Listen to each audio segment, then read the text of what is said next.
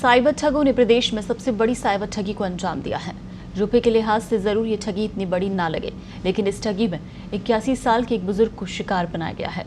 इतनी बड़ी उम्र के किसी व्यक्ति को साइबर ठगी के जरिए ठगने का प्रदेश में ये पहला ही मामला है।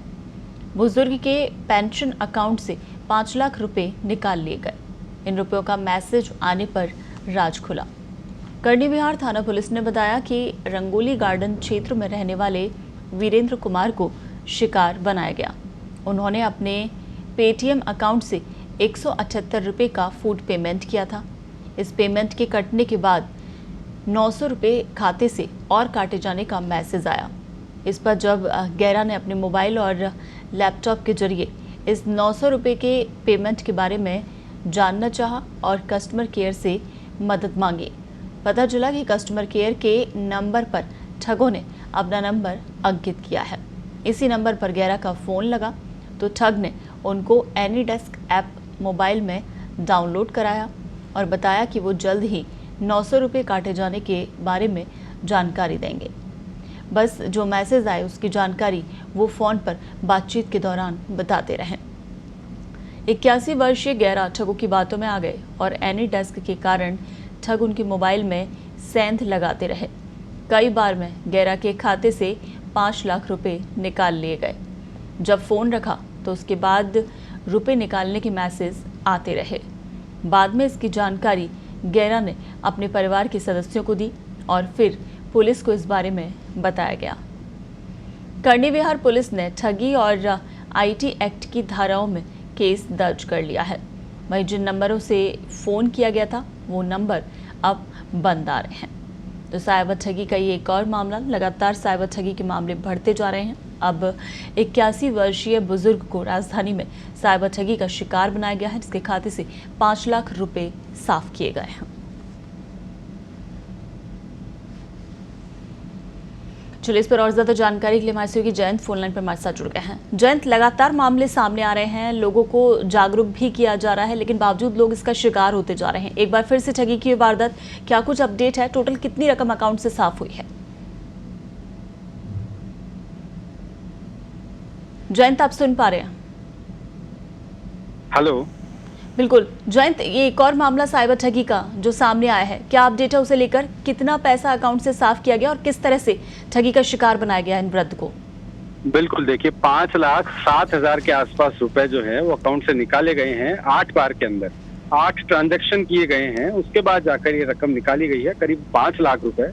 और आप देखिए कि प्रदेश में किसी भी बुजुर्ग व्यक्ति से अगर ठगी की वारदात की बात की जाए तो ये सबसे बड़ी वारदात है जी। जो व्यक्ति हैं उनकी उम्र 81 साल है। एसबीआई में उनका पेंशन अकाउंट था और पेंशन अकाउंट में जितना पैसा था लगभग वो सारा साफ कर दिया गया है और भविष्य उनके लिए जो है अब थोड़ा अंधकार में एक तरह से रहने वाला रह सकता है जी। और इस पूरे घटनाक्रम के बाद 4 से 5 धाराओं में मुकदमा लगा है और जिस नंबर से फोन आया था, जो पुलिस को एक क्लू की तरह लगता, लेकिन वो नंबर फिलहाल बंद है। उसके आईपी एड्रेस और अन्य जांच उस नंबर के बारे में करनी विहार पुलिस कर रही है जी। जयंत, जिस तरह से लगातार ये साइबर ठगी के मामले आ रहे हैं, लोगों को हालांकि जागरूक भी किया जा रहा है इस तरह के मामलों को लेकर कि किसी भी तरह का कोई कॉल आए फेक या कोई जानकारी मांगे शेयर नहीं करें, लेकिन बावजूद उसके इन वृद्ध ने एनीडेस्क ऐप भी डाउनलोड किया और जिस तरह से ठग कहते जा रहे हैं उसी तरह से ये उसका शिकार होते चले गए। क्या कहना है इनका कि किस तरह से ये मतलब बातों में उलझे उनके?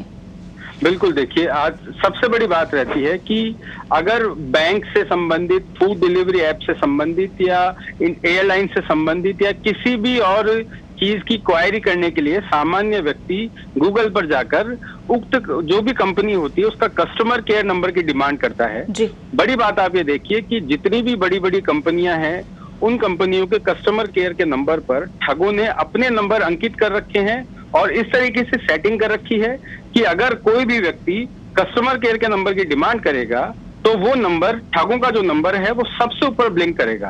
और सबसे बड़ी बात यह है कि कोई भी आम व्यक्ति चाहे कोई भी हो, वो उस कस्टमर केयर के नंबर पे फोन करता है ये जानकर कि ये नंबर कंपनी का नंबर है और हमारी बात कंपनी के किसी प्रतिनिधि से हो रही है। जबकि ये बाद में पता लगता है, जब खाते साफ होते हैं तब पता लगता है कि ये नंबर किसी ठग का था और उस ठग ने जीवन भर की जो कमाई है, जो बचत है, जो भविष्य के लिए रखी गई रकम है वो साफ कर दी है। तो बड़ी बात यही है, इस बारे में पत्रिका पहले भी कई बार खबरें प्रकाशित कर चुका है, प्रसारित कर चुका है, उसके बावजूद भी लोगों को जो समझना बड़े स्तर पर अभी बाकी है। और अगर ये चीजें कंट्रोल में नहीं आती है, खबरों के प्रसारण के बाद भी लोग नहीं सीखते हैं, तो उसका रिजल्ट यही है कि अभी भी साइबर ठग जो हैं बड़े स्तर पर ठगी की वारदातें कर रहे हैं। जी। तो जयंत, अभी तक भी जितने मामले पहले के सामने आए हैं, क्या पुलिस किसी भी मामले में कोई क्लू निकाल पाई है या फिर पहुंच पाई है, किसी भी तरह का किसी की रकम इन मामलों को लेकर कभी वापस मिल पाई है इस तरह की ठगी के मामलों में? देखिए, अप्रैल 2021 से पहले तक बहुत ही कम मामले ठगी के जो इस तरीके से होते थे, फ्रॉड के होते थे, आईटी एक्ट के होते थे, खातों से रुपए निकालने के होते थे। उनमें से 10 से 12% मामलों तक में ही पुलिस पहुंच पाती थी और बरामदगी तो बहुत कम रहती थी उनमें। लेकिन 1 अप्रैल बाद से जयपुर समेत कुछ शहरों में एक टोल फ्री नंबर और जारी किया है पुलिस की तरफ से, जो बैंक के प्रतिनिधियों की मदद से जारी किया गया है।